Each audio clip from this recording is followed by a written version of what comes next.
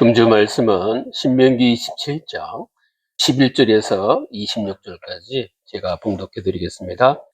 모세가 그날 백성에게 명령하여 이르되 너희가 요단을 건넌 후에 시므온과 레위와 유다와 이사갈과 요셉과 베냐민은 백성을 축복하기 위하여 그리 심산에 서고 루벤과 갓과 아셀과 스불론과 단과 납달리는 저주하기 위하여 예발산에 서고 네 사람은 큰 소리로 이스라엘 모든 사람에게 말하여 이르기를 장색의 손으로 조각하였거나 부어 만든 우상은 여호와께 가증하니 그것을 만들어 은밀히 세우는 자는 저주를 받을 것이라 할 것이요 모든 백성은 응답하여 말하되 아멘 할지니라.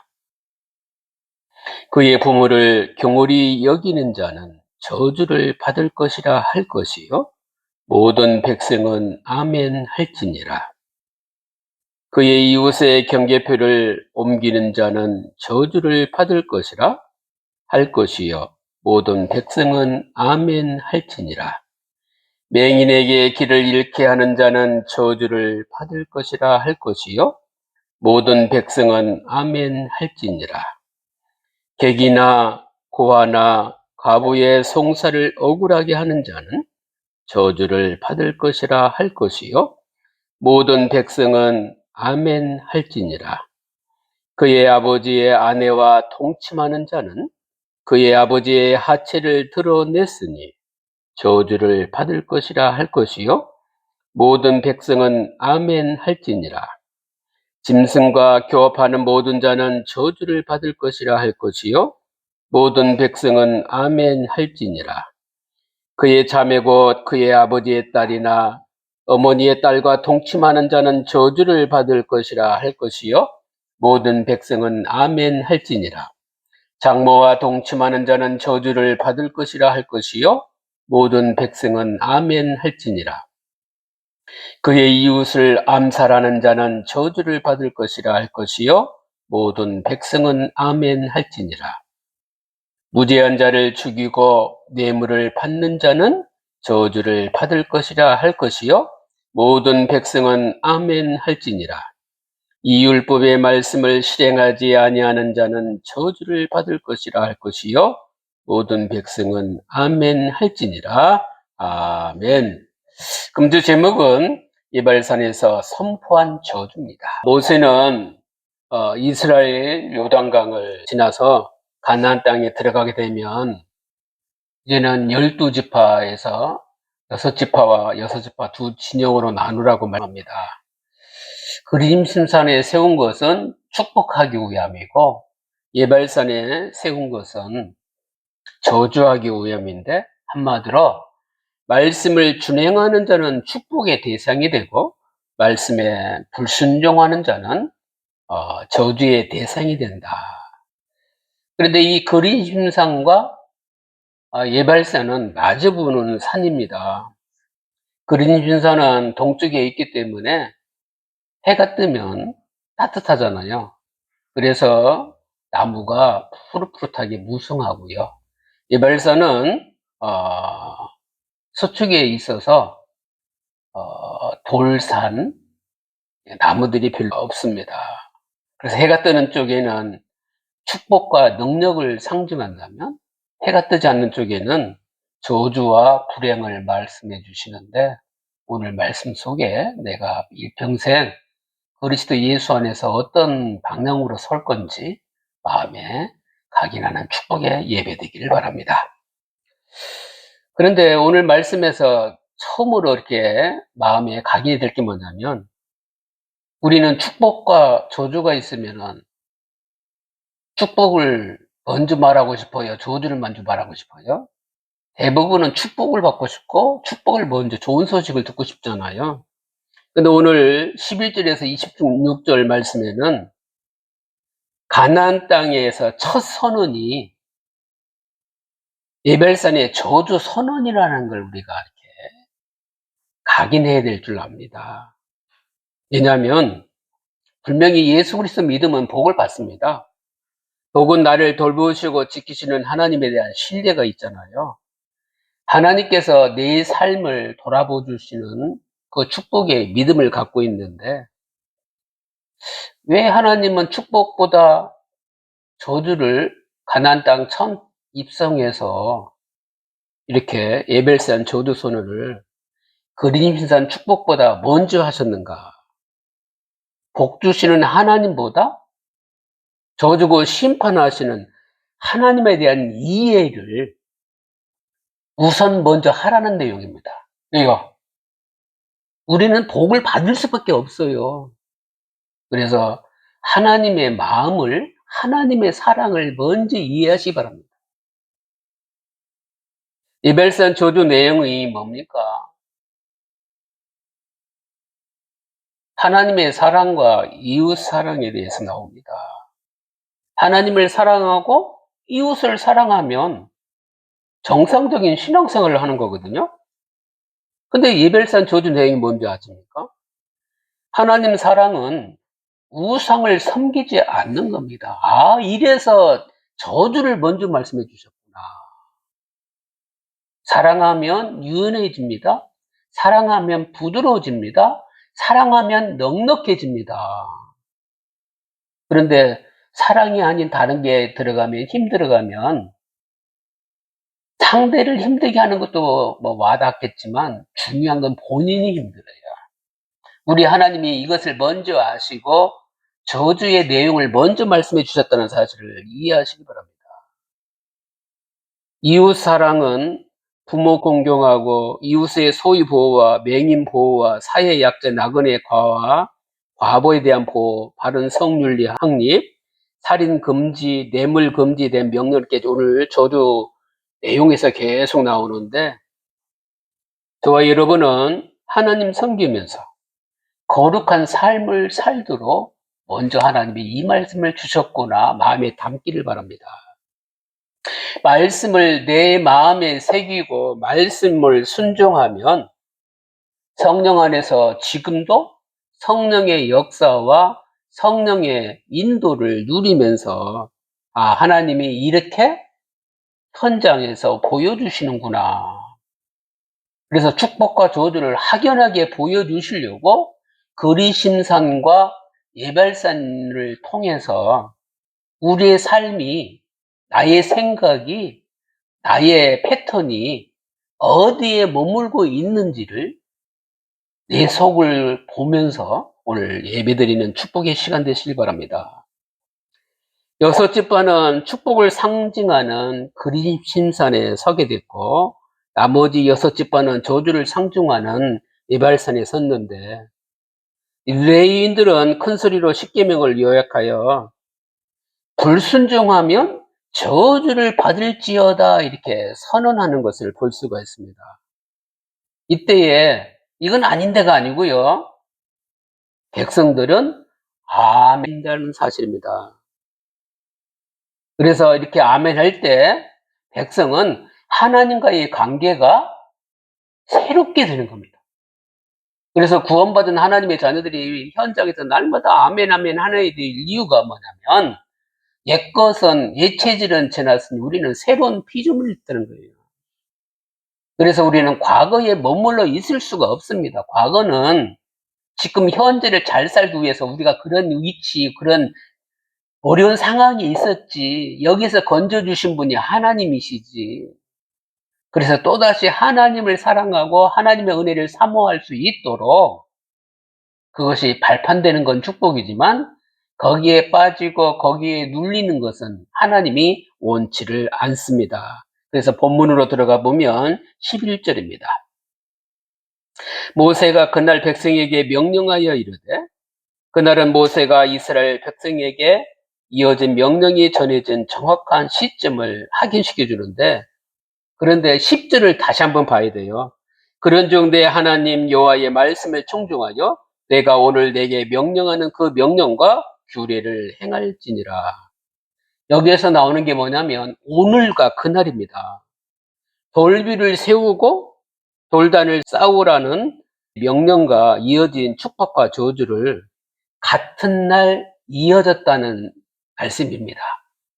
그래서 이게 저주와 축복은 모세 시대나 오늘을 살고 있는 우리에게도 동일하게 이어진 거구나. 신앙생활 하든 안 하든 다 축복받고 행복하고 기쁘고 감사하고 이렇게 하면서 살고 싶어 하잖아요. 그런데 우리의 시작이 하나님의 말씀에 순종인 하나님 사랑할 때는 축복이지만 잠시라도 놓치면 저주 속에 있다는 사실을 우리가 알아야 될 줄 압니다. 저주와 축복이 같은 날 이루어졌다는 걸 마음에 담고 12절에서 13절입니다. 너희가 요단을 건넌 후에 시므온과 레위와 유다와 이사갈과 요셉과 베냐민은 백성을 축복하기 위하여 그림 심산에 서고 루벤과 갓과 아셀과 스불론과 단과 납달리는 저주하기 위하여 예발산에 서고. 여섯 지파는요 그림 심산에 섰는데 참 이게 하나님의 계획이었을 것 같아요. 레아와 라헬의 배를 통해서 태어난 자녀들은 그림 심산에 섰고 지종 비라와 그러니까 레아의 몸종 또 라헬의 몸종이었던 그들을 통해서 태어난 자녀들은 저주의 산에 섰다는 겁니다. 그래서 저와 여러분은 하나님이 원하시는 결혼을 해야 되는 거구나. 마음에 새기면서 오늘도 사는 것 정말 중요하고 우리가 어떻게 사느냐에 따라서 우리의 후손들도 어떻게 사는지를 보지는 않았어도 오늘을 하나님 앞에서 올바른 삶이 되도록 늘 기도 속에 있길 바랍니다. 여기에서 아버지 첩인 비라와 동침하여 장자의 자격을 잃은 루벤이 저주 쪽에 섰다는 겁니다. 막내 스불론도 마찬가지고요. 그래서 이게 단순한 것 같은데 인간사 이루어지는 게 맞는 것 같은데 우리가 볼 때는 그렇잖아요. 그런데 하나님은 세밀하게 지켜보고 계시다는 사실입니다. 그런데 여기서 또 중요한 건요. 우리가 예수 그리스도 믿잖아요. 축복의 산에 있다고 해서 계속 축복이 이어지는 거 아닙니다. 저주 산에 있다고 해서 계속 저주에 있는 거 아니에요. 왜요? 하나님의 목적이 있어요. 산에 서게 하신 목적은 뭐냐면 요단을 건넌 이스라엘 백성들에게 축복과 저주를 선포하기 위한 것이기 때문에 여섯 지파는 여기에 섰고 여섯 지파는 저기에 섰기 때문에 계속 이어지는 것이 아니라 지금 우리의 선택을 통해서 축복과 저주가 또 나눠진다는 것을 마음에 담기를 바랍니다. 14절 내 이 사람은 큰 소리로 이스라엘 모든 사람에게 말하여 이르기를 그림 심산에 선 네 사람은 네 지파의 지도자를 의미하는데 언약궤를 벤 네 지파 제사장을 의미하잖아요. 그래서 말씀 선포하는 자가 오히려 먼저 더 하나님이 원하는 축복의 대열에 서야 될 줄 압니다. 이래야 다른 족속들 특히 믿음의 사람들이 올바르게 살 수가 있잖아요. 예수 그리스도 믿는 하나님의 자녀들 한 사람 한 사람이 예배자고 현장에 예배를 드릴 축복의 사람들이기 때문에 그리스도의 빛을 온전히 누리고 또한 전할 수 있는 축복의 영적 상태가 되길 바랍니다. 15절에 장색의 손으로 조각하였거나 부어 만든 우상은 여호와께 가증하니 그것을 만들어 은밀히 세우는 자는 저주를 받을 것이라 할 것이요 모든 백성은 응답하여 말하되 아멘 할지니라. 무슨 말씀이냐? 언약의 백성은 언약을 붙잡고 있기 때문에 언약의 유효성을 확인시켜 주는 겁니다. 혼자 무인도에 살면은 이러든 저러든 본인이 잘못하면 하나님 앞에 심판만 받으면 되는데, 우리가 하는 작은 행동들, 큰 행동들, 또 현장에서 말하는 것들이 나는 잘 사는 것 같고 복음 앞에 세워져 있는 것 같고 하나님께 영광 돌리는 것 같은데, 주변은 맞다고 하는데 하나님 표현해 볼 때는 아니라고 하면 어떻게 할 겁니까? 언약의 유효성을 놓치지 마시기 바랍니다. 예를 들면 한국 사람이 외국에 가면은 자기는 애국심이 별로 없는데도 불구하고 태국기를 본다든지 외국가가 울려 퍼진다 그러면 가슴이 찡하잖아요. 분명히 한국의 대표가 아닌데도 대표된 믿음이 생긴단 말이에요. 하물며 우리는 천국 시민권을 가진 하나님의 자녀들입니다. 내가 하는 모든 움직임이 하나님 나라에 하나님께 영광 돌리는 건지, 아니면 그냥 세상 사람들에게 똑같이 육신적인 삶을 사는지는 개개인이 확인해 봐야 될 겁니다. 그래서 오늘 말씀에 깊이 들어가면, 우상 제작하는 거는 하나님을 예곡하는 것이고 가증한 것이기 때문에 우리 하나님이 금지시켰잖아요. 이게 죄악입니다. 우상을 만들어 섬기지 말라 그랬지 않습니까? 우상 섬기지 말고 만들지도 말고 오직 하나님이 정한 대로 예배 드릴 수 있길 바랍니다. 하나님을 신실하게 섬기는 것이 하나님 자녀들의 언약의 근본임을 먼저 선언하시기 바랍니다. 근데요, 이게 참 쉽지 않아요. 신앙은 쌓아가기는 정말 어려운데 세상 문화에 물들기는 정말, 썰물이 밀물돼서 막 밀려 들어올 때에 금방 물이 차잖아요. 그래서 내가 하나님 앞에서 살겠습니다, 누구 앞에 있든지 하나님 영광에서 살겠습니다 하면 사단이 막 장난칩니다. 감정을 일으키고 오해와 착각을 일으키고. 그런데 중요한 건 뭔지 아세요? 가면입니다. 축복과 저주가 늘 항상 오니 저는 저주가 넣은데 있다 할지라도 하나님은 축복으로 바꿔줄 줄 믿습니다. 제 성격이나 성품이나 배움이 부족한다 할지라도 하나님이 100% 책임져 주어서 저 때문이 아니라 하나님 영광을 위해서 하나님이 인도해 가실 줄 믿습니다.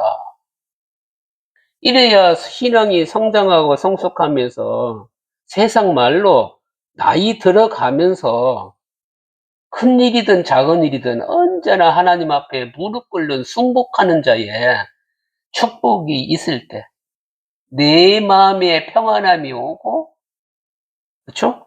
그리고 평강 가운데 하나님이 이런 역사를 이끌어 가시려고 이런 시점에 나를 두셨구나. 어느 순간 내 삶을 우리 하나님이 경영해 주시는구나. 우리 가정이 잘 되는 거, 우리 후손들이 잘 되는 거, 현장일 잘 되는 거, 이게 기쁨 정도가 아니라 하나님이 그리하셨으니 하나님이 쓰시는 자들로 하나님이 인도해 가시는구나. 그래서 나이 들어가면서 있잖아요, 축복이 뭔지 아세요?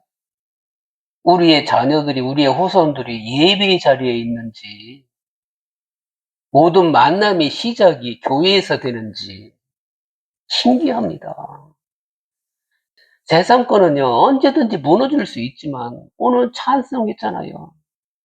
반석 위에 집을 잘 짓는, 세상의 집도 중요하지만 영적인 집을 짓는 축복을 누리기를 예수 그리스도 이름으로 축원합니다. 이래야 가정이 어떻게 돼요? 16절입니다. 그의 부모를 경홀히 여기는 자는 저주를 받을 것이라 할 것이요 모든 백성은 아멘 할지니라. 부모를 저주하지 않고 가정을 말씀의 권유로 세우는 일에 헌신해야 될 줄 압니다. 부모에게 효도 잘하는 사람 신앙생활 잘합니다. 왜요?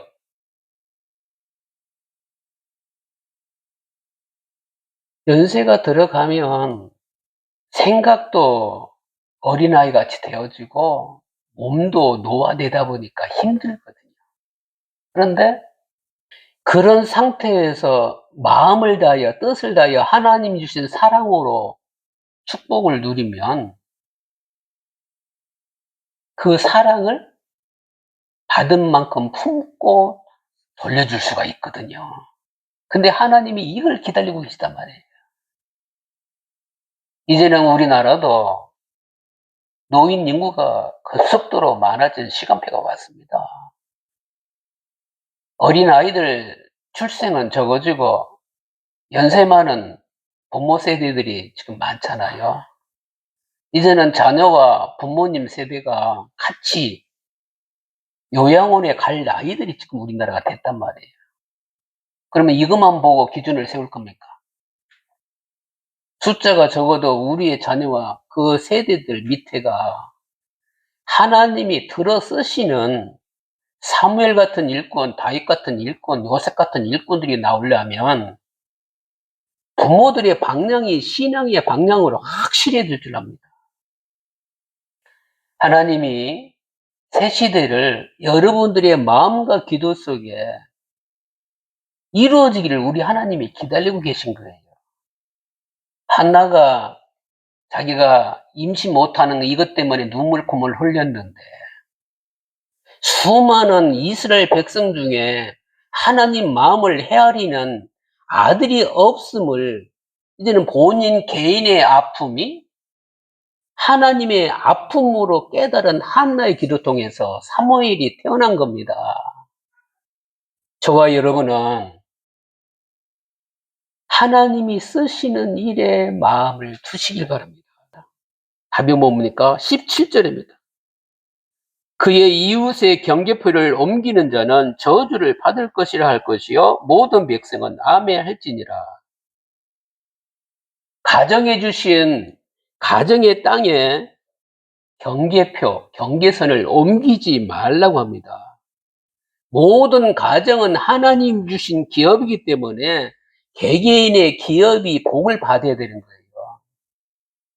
그런데 온전한 신앙생활을 하지 아니하면 내 거는 내 거고 남의 것도 내 거를 채우려고 하다 보니까 싸움이 일어나는 거예요. 근데 이거는 드러나는 거고 가정에서도 선이 있습니다. 한국 사람들 좋아하는 게 선이거든요. 선 넘지 마 그러잖아요. 하나님은 이것도 아셔요. 세상에서 힘 자랑할 거 없습니다. 복음이어야 돼요. 남의 뼈, 경계표 관심 갖지 마시기 바랍니다. 남의 살림 좋니 나쁘니 얘기할 필요도 없습니다. 그것이 바로 나의 가까운 사람이라 할지라도.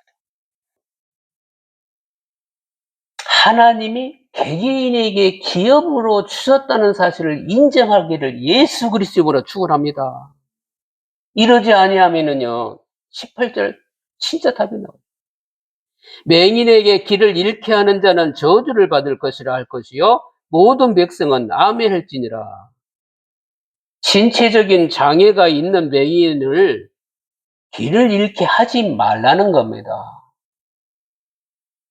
여기서 말씀하는 거는 눈을 보지 못하는 시각장애인이겠지만 우리는 영적인 죽음 가운데 살면 안 돼요. 내가 뭐 세상적인 학문이 높고 뛰어날 수도 있지만 하나님의 길은 세상 거하고 다릅니다. 생명 살리고 예배 드리고 기도하고 개개인에게 축복을 줄 수 있도록 예수 그리스도로 기도해 주고 물어보지 않는 이상 기도해 주면서 하나님을 향하는 쪽으로 도와주는 인도자 되시기 바랍니다. 그래서 19절입니다. 객이나 고아나 과부의 송사를 억울하게 하는 자는 저주를 받을 것이라 할 것이요 모든 백성은 아멘 할지니라.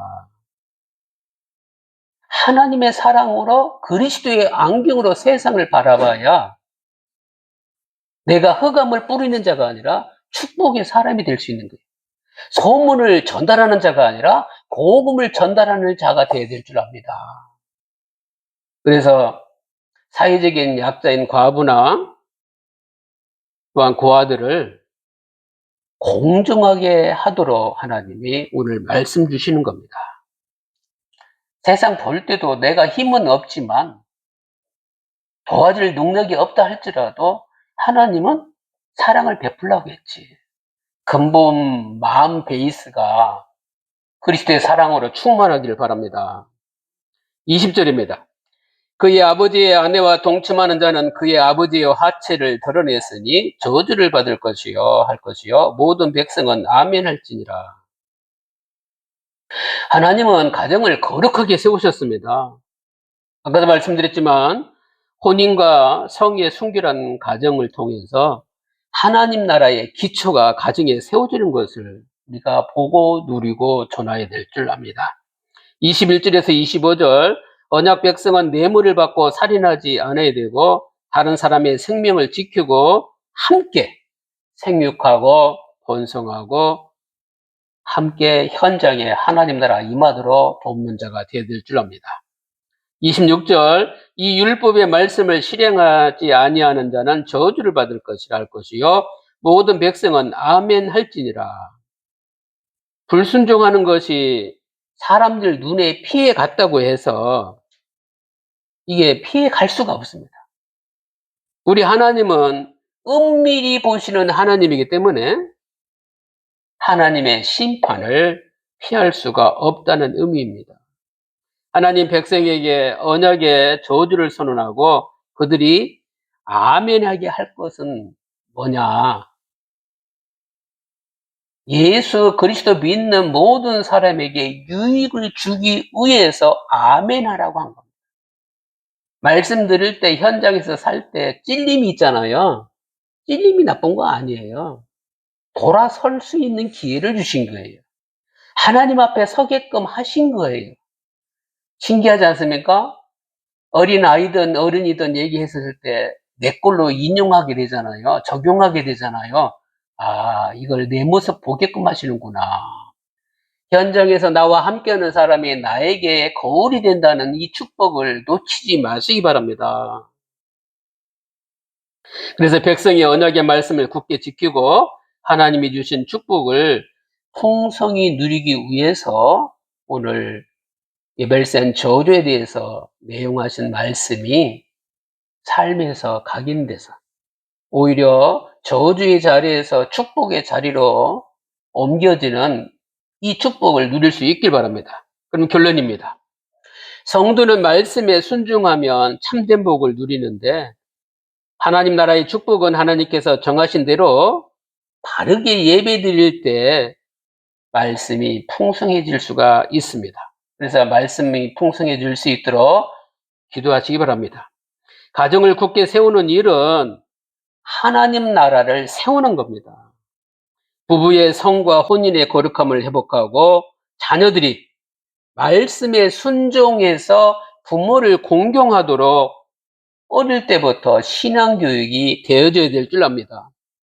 약한 사람들의 물질과 생명과 안전을 지키는 일에 헌신하는 성도 되시기 바랍니다. 지금도 하나님께서 가정과 교회를 거룩한 하나님 나라로 세워가시기를 원하시는데 그리스도 안에서 용서하고 언약 관계로 붙으시기 바랍니다. 그러면 그리스도의 보혈로 죄 용서받고 모든 죄책감에서 벗어날 수가 있습니다. 이렇더라고요.